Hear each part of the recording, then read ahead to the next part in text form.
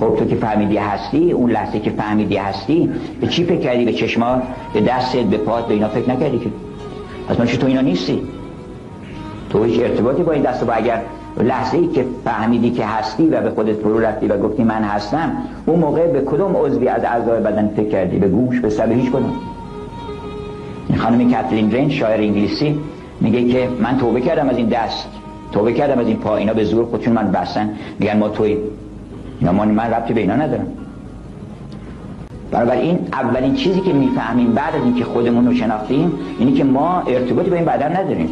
ساعت‌ها شما کنار دریا قدم می‌زنید، تو فکر افکار خودتون هستین، نه به دست فکر می‌کنید نه به پا فکر می‌کنید. هیچ وقت اصلا ما موقعی که بدنمون سالمه، یکی از نشانه‌های سلامت اینه که ما رو به فکر خودش نمی‌ندازه. تا آدم می‌فهمه که قلب داره، که قلبش عیب داره.